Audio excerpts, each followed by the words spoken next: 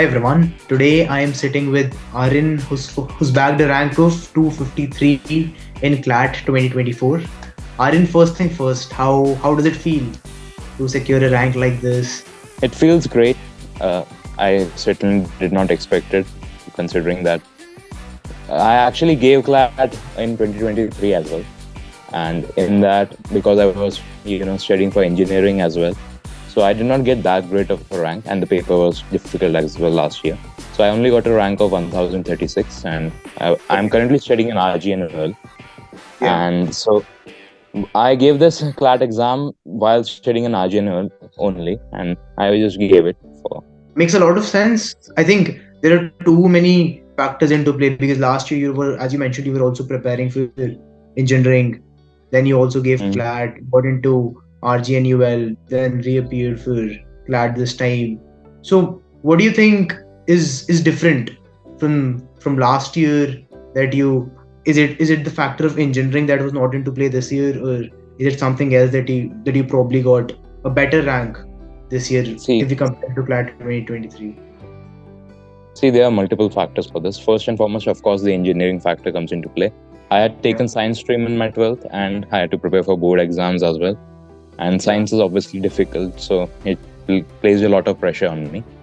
Okay. CLAT, engineering, and the board exams, balancing all three caused a lot Mhm. of trouble. And the second, another factor is that the difficult level of the difficulty of the paper. The paper last year was difficult. I think everyone can attest to that. And this time it was considerably easier. Like, I Yeah. mean, the general knowledge section, for example, the answers were given in the passage itself. So Right. that's another major factor for this. Right. But I think when we talk about a considerably easy paper, and as you very rightly mentioned, I think one thing it's all about it's all about the perspective, right? Because many people are slightly taken aback by an easy paper. They feel ki, am I moving in the right direction? How is this paper extremely easy? They get Mm-hmm. deviated because like the cutoff will be extremely high. So Mm-hmm. how did you manage your mindset during those 2 hours, thinking that okay, this is what we have, this is an easy paper, I have to give my best whatever it is, even if GK is extremely easy. How did you manage yourself during those 2.5 hours during the exam? See, how did I manage it? It's simple. I'm currently studying in RGNL, and that's the major Yeah. reason. I have already gotten into one of the top best NLUs. This RGNL Yeah. is, if I'm not wrong, seventh or eighth in the rankings in all the NLUs. Yeah. So that's something that played quite a role in my mindset. So while Okay. giving the paper, I was thinking, even if this does not go well, I have something to retreat to. I have RGNL with me. Yeah. So that's how I managed my mindset, and it did not trouble me at all that the paper was easy or difficult. So I think it was all about, if you get it well and good, it's a cherry Mm. on the cake. However, even if you don't, so basically Yeah. you were Yes. completely out Exactly. of pressure. It was a game of fun, it was a game of testing yourself, it was a game of Yes. Yeah. exploring what will happen eventually in life. All right. All right, that is nice.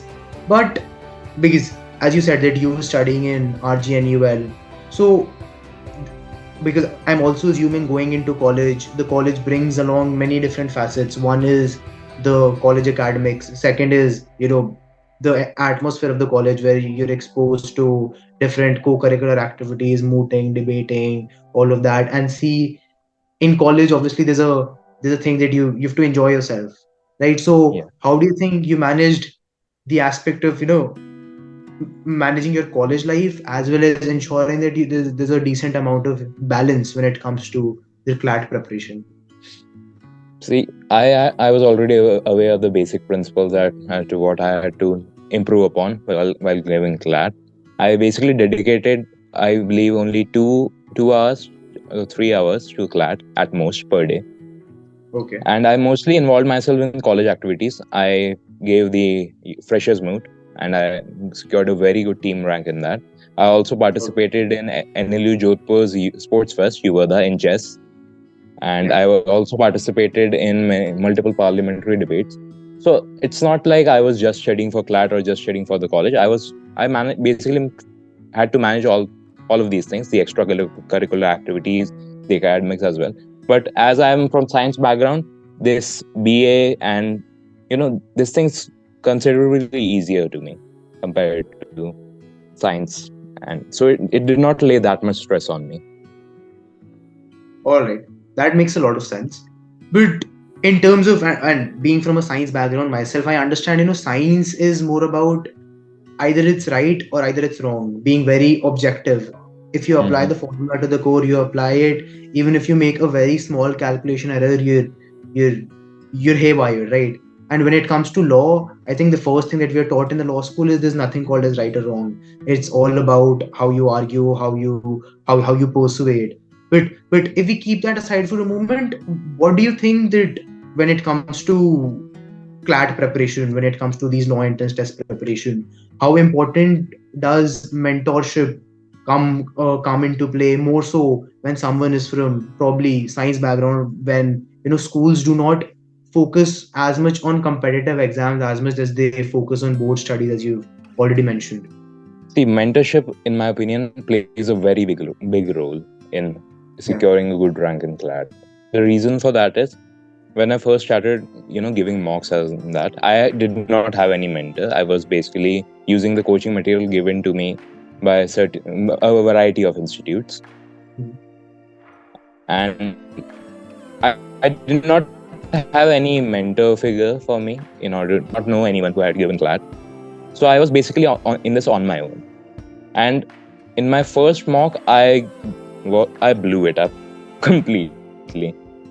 I Yeah. got very poor scores, Okay.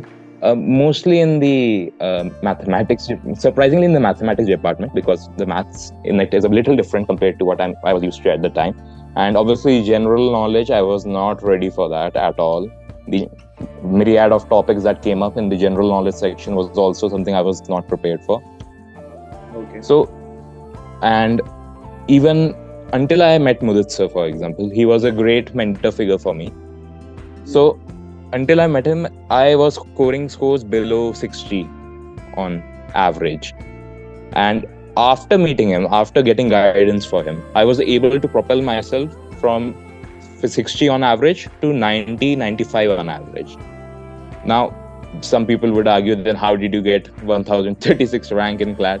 Well, as I already explained, there was pressure and the paper was difficult. So that's besides the point. But mentorship is something that is needed in order to crack CLAT, unless you're naturally gifted.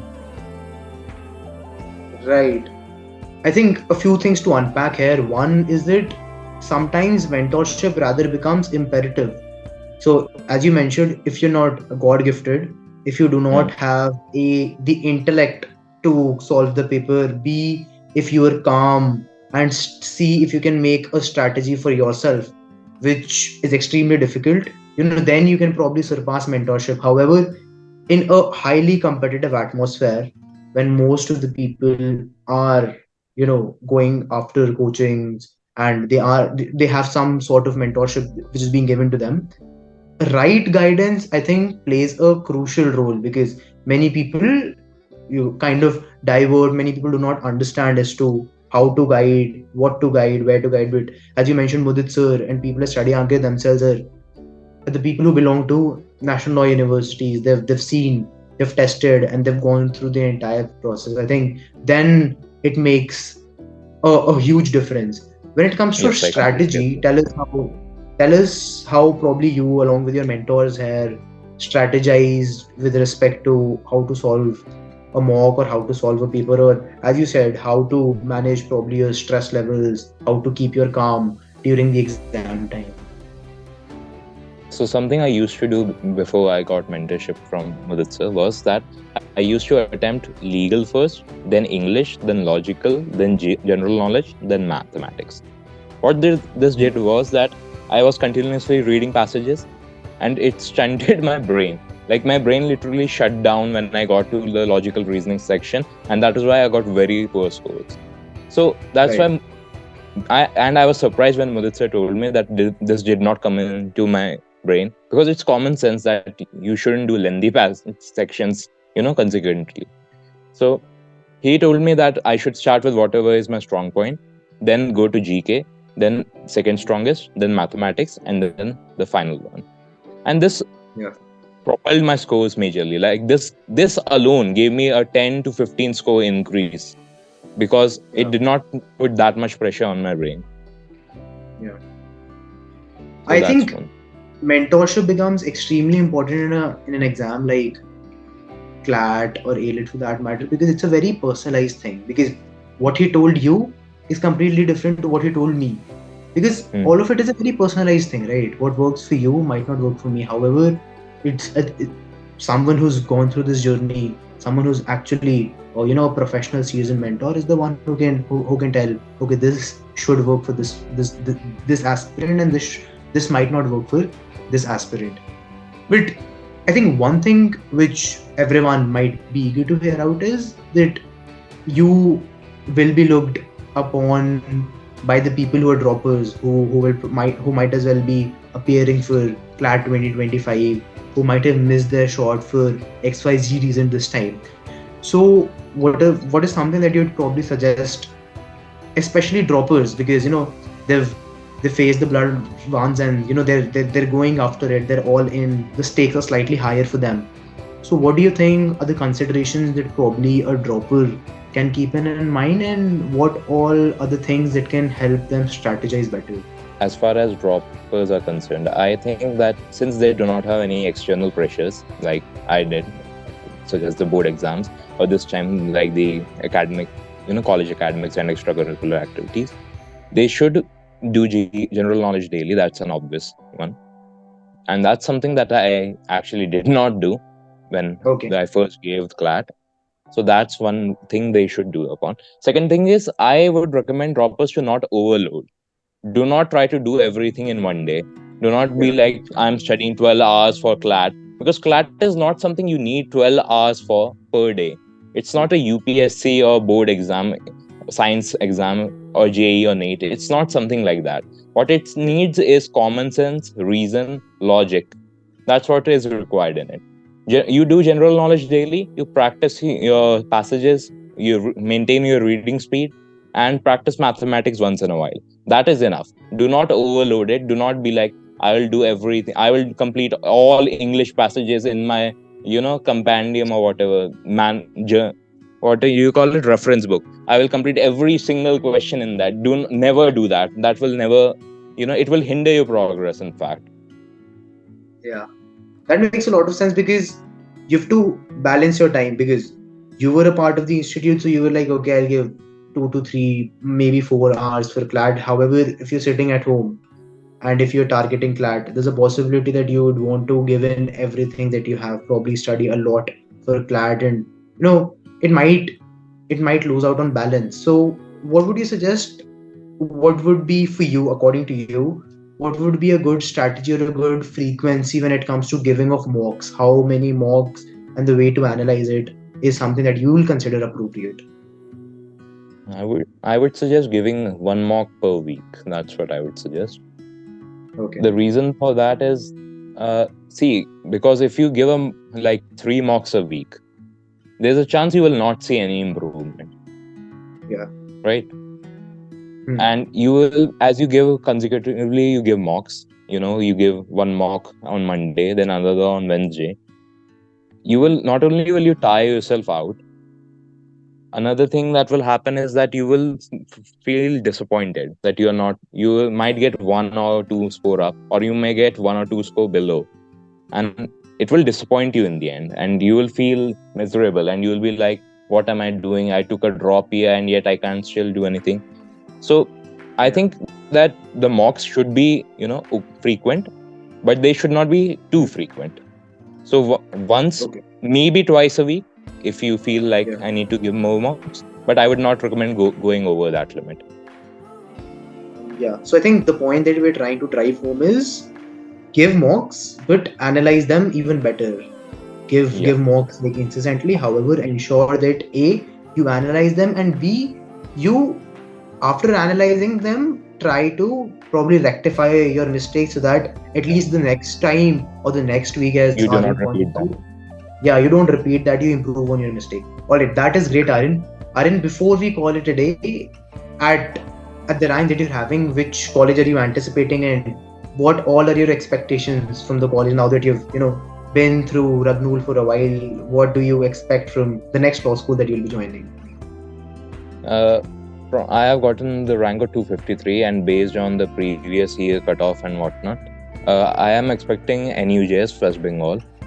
There's Okay. a very minute chance that I may get into Nalsar if multiple people from Nalsar drop out and go to Bengal, because people like to stay near where they live. And so there's a Yeah. minute chance that I may get into Nalsar, but it's unlikely. But Kolkata is something that I am pretty sure I'll get. So Okay. from obviously Kolkata is the fourth best law college. I expect the college to excel in academics because RGNL was great. The infrastructure here is, you see this right here, air Yes, yes, conditioner. yes. This does not exist in any other law college. Now, obviously, I am aware that NUJS will not have this, but for compensation for that, I want better academics there. All right, all right. So academic rigor is something that you look forward to. All right. That makes a lot of sense. Thank you so much, Arjun, for being with us. All the very best for your law school. Let's probably hope to catch up soon in the next NLU Jodhpur's fest, or let's see some other sports fest that we might be having. All right. I'll Thank be you so looking much. forward to that. Thank you.